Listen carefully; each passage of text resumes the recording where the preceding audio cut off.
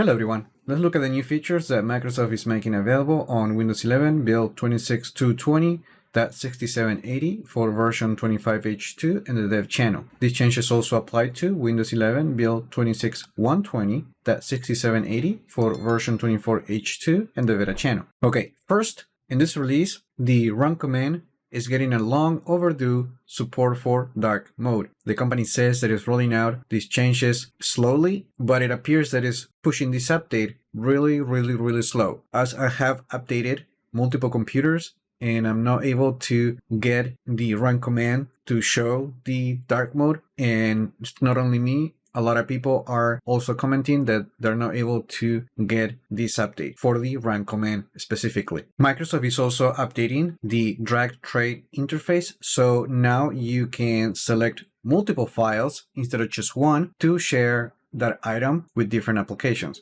So let's say if we select these three images and we drag it to the top and then we choose to move to folder.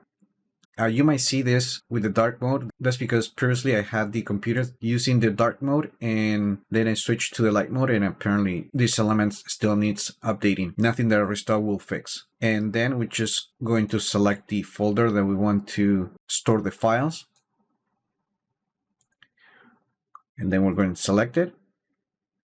And that's it.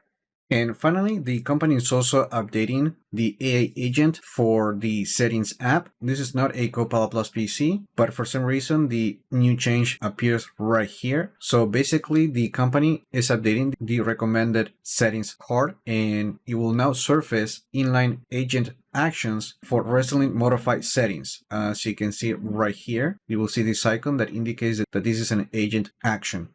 As part of the search experience when using the AI agent in the settings app, now you will see more search results in the flyout, as you can see it right here. Also, if the setting can be changed any further, you will notice that the agent is going to tell you more information, as you can see right here, and what you can do to modify that specific setting. And that's it. As per usual, this release includes other fixes and smaller changes, and you can check the link in the description to get all the details about this release for version 25H2 and 24H2.